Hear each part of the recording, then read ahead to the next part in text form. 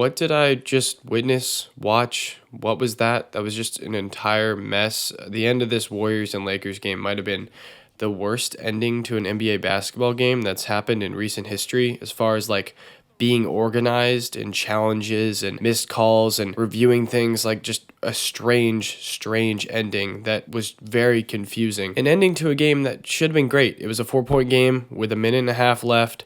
LeBron hit a corner three that eventually was taken back. Well, we'll get there. Anyway, I'm going to kind of go through the series of events here as I've written them down and by memory, because I still don't 100% understand what happened. But if you haven't watched this game, here's a general breakdown of the chaos that happened that turned a minute and 37 seconds of basketball time into about 25 to 30 minutes of TV time. To kick this whole weirdness off, LeBron hits a fadeaway three in the corner, which is eventually taken off the board. And then there was a challenge on the out of bounds play, which ended up being a jump ball.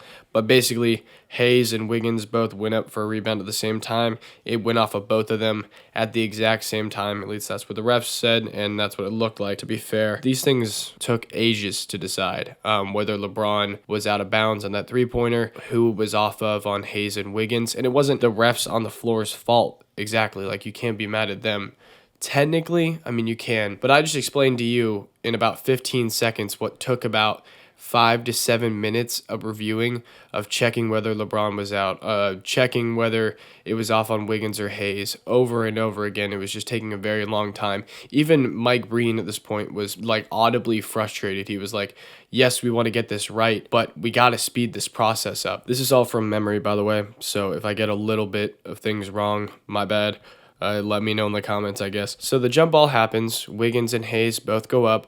I can't remember if Wiggins tipped it forward or Jackson Hayes hit it backwards. So basically, it ends up in Draymond's hands along the baseline. He's kind of falling out of bounds. Austin Reeves is right there with him. He also went for the rebound. And Draymond Green just throws it off the leg of Austin Reeves. So it should be Warriors ball, right? Simple call. Draymond looked like he was in bounds, threw it off Reeves. All right, Warriors ball. Keep the ball here. Mind you, at this point, it's 124-117. The Warriors got a 7-point lead. There's about a minute and 25 left on the clock. So they're significantly in the driver's seat at this point. Now, in Darvin Ham's defense, it made sense to challenge this. They eventually win this challenge, but it took forever. So Darvin Ham challenges it, right, which is fine. Commercials, again. We come back, and it's still being decided, but they're trying to see if Draymond traveled or was he out of bounds? Anyway, it ends up being Lakers ball, right? After an obnoxious amount of time. I think it's 15 minutes of basically no action at this point. And then the Lakers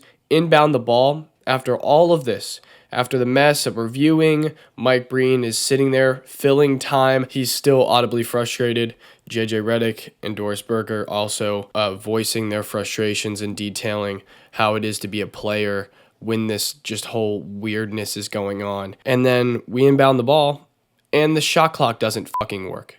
The shot clock does not work. The shot clock that's been working just fine the whole game, it does not work. And so mind you, it's been 16, 17 minutes with about 5 seconds of action. That action was Wiggins or Jackson Hayes tipping the ball in a jump ball, Draymond catching that ball, falling out of bounds, apparently being out of bounds when he threw it off Reeves, and then the Lakers try to inbound the ball, and then the shot clock doesn't work.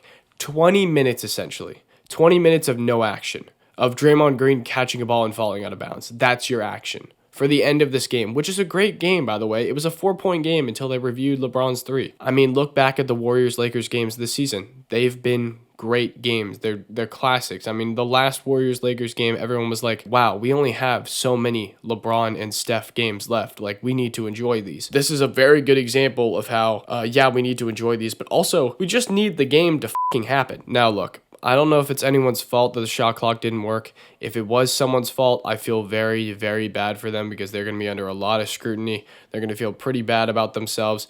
And to be honest, it's just unlucky. It's super unfortunate.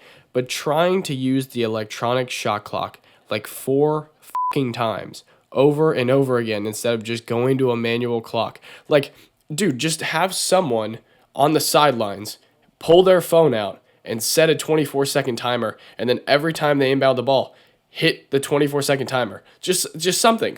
Eventually, they just totally give up. Mike Breen is trying to describe this to America right now, and even he has no idea exactly what's happening. Eventually, they just do it manually, and the arena announcer gives like a 20-second and 10-second time intervals over the arena speakers, which was a little off-putting and kind of weird, but again, like, I'll take this over not playing basketball at all. But it didn't really end up mattering at all. Like, we could have just finished the game whenever they called LeBron's three-pointer off, because it ended up being a 7-point win for the Warriors. I mean, Golden State was up 7 with 40 seconds left, and LeBron just kind of pulled the plug on the game. He brought the ball up. He didn't do anything with it. He passed to Rui Hachimura, who hit like a turnaround two-pointer. Warriors come down the floor. Steph holds it, and that's the game. So all the madness, all the reviews, all of the shot clock malfunctions, all of the, hey, let's wait another commercial break, and we'll have it all fixed by then. All of that for pretty much nothing.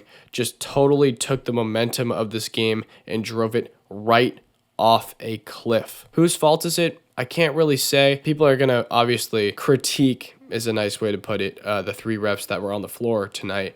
But realistically, it's not really their fault. They're kind of getting screwed by the refs back in Secaucus, because what are you supposed to do? You're waiting on the call from them, their decision. And, well, what can you do except sit there and wait for them to make a decision? And like the shot clock thing, like, whose fault is that really? Is it the electrician who made the shot clock? Is it like the ref on the sidelines who's doing like the timing and the shot clock and stuff like that? Is it their fault? I don't think it is. It just broke. Like, what are they supposed to do? I mean, just a total shit show. And like I said at the top of this video, probably the worst ending to a basketball game I can think of. As far as, I mean, yeah, I've seen worse basketball games if I'm like cheering for the other team and we just have like a total meltdown, which is like a Mavericks classic. But as far as like officiating a game and just making sure the game actually is played, like all 10 players are on the court playing basketball, this is the worst I've ever seen. And like the point I made earlier, everyone likes to make this whole thing about how we only have so many Steph and LeBron games left. This was one of them, and the ending was ruined by terrible shot clocking and reviewing and constant reviewing and more reviewing. I mean, it was just almost embarrassing watch. Like, if you're Adam Silver and you're watching this game, you're like, this is actually unacceptable. So that was just weird. Warriors get a win that they needed. The Lakers and the Warriors are now tied for the 9th seed. That's pretty much all I've got on that game. AD got hurt. Apparently he can't open his eye. That's bad. Captain Obvious there, but we're going to kind of pivot this conversation into something that I've been meaning to talk about for a while on this channel, and it's, should coaches have 2 challenges? This is the first year of 2 challenges. I don't really like it. I get it. If you get the first one right, you get the second one, but it's just adding time to a basketball game. I felt like the 1 challenge was enough, because then the coaches pretty much only use them in the 4th quarter if they're smart, right? Or if it's like a swing play in the 3rd or the 2nd, and it's like a big momentum swing, then I would understand it. But you save your challenges for the 4th quarter so we can really get things right in these final like 10 minutes, right? To me, it creates more issues than solves, because every single time the ball goes out on someone and then it's not technically off them, or there's a foul, everyone's just doing the damn hand motion where it's like, review it to their coach. And it's frustrating to watch. Like, I don't want to see that. I don't care. Like, sure, they might have gotten the call wrong. Absolutely. Refs are humans too. I know people forget that. They're not going to be perfect. A lot of players seem to forget this. Luka, for example, every game I watch of him, it's a constant ref battle. He'll hit like a tough fadeaway 3-pointer and then stare the ref down like somehow he's playing the fucking game against you. Like, concentrate on the guy in front of you. Anyway, that's a rant that I've been meaning to get off for a while. Maybe I'm in the minority of thinking there, but I just think 2 challenges is too much. And I feel like now's the time to bring that up. Also, something interesting is the refs have been letting a lot more things go, and the games have been a lot lower scoring lately. The highest score of a game right now today is 128. I doubt that's going to be passed by the Knicks and Kings. They're at 63 each with 4 minutes left in the 3rd. That's not going to get over 128. So we're really cracking down on these like tic-tacky fouls, and we're not calling them. Playoff basketball is what people like to say. This is how it should be reffed all year, in my opinion. Just be fucking consistent. That's what we're asking. Again, the highest scoring game was 128. That's pretty high, but compared to the games that we've seen this year, not high at all. We've seen 150-point games in regulation this year. And then the lowest scoring game today was below 100, 98 by the Charlotte Hornets. They're not playing great basketball right now. But we saw that Knicks lost the other day where they lost 78-73. Obviously, they didn't make a whole lot of shots, but that game was refereed like a playoff game. Wizards also only scored 98 points. Again, Hornets, Wizards, not the pinnacle of basketball, but these are examples of games being lower scoring. And what I think this is Adam Silver the other day talking about how we're going to look into the rules and see if we can limit scoring in the NBA because games are a little inflated. Here's them compensating for that, right?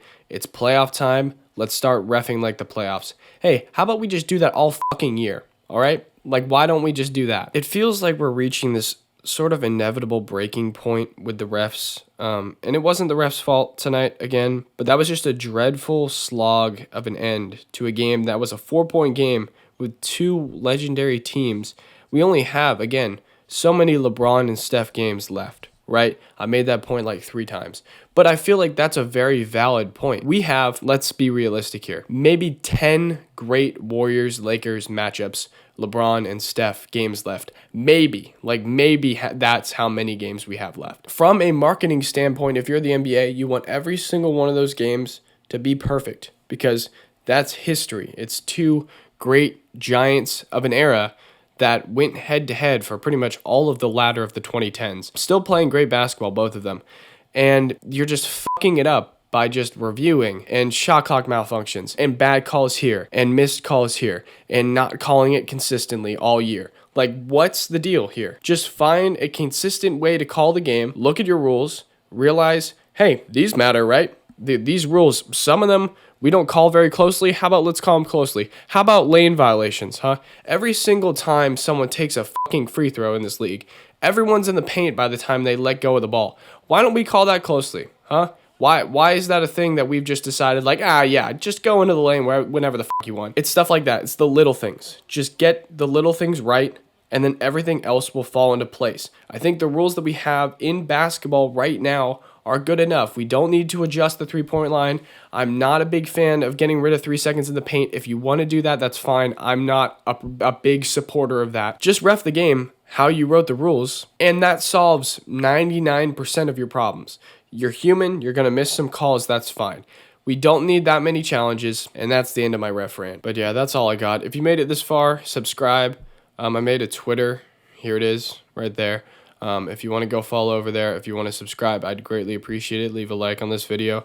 I don't ask for that very often, and I feel okay with doing it towards the end of what will be a longer video. So if you've made it this far, please consider subscribing and liking and following me on Twitter. I appreciate it. Y'all take care. Have a good one.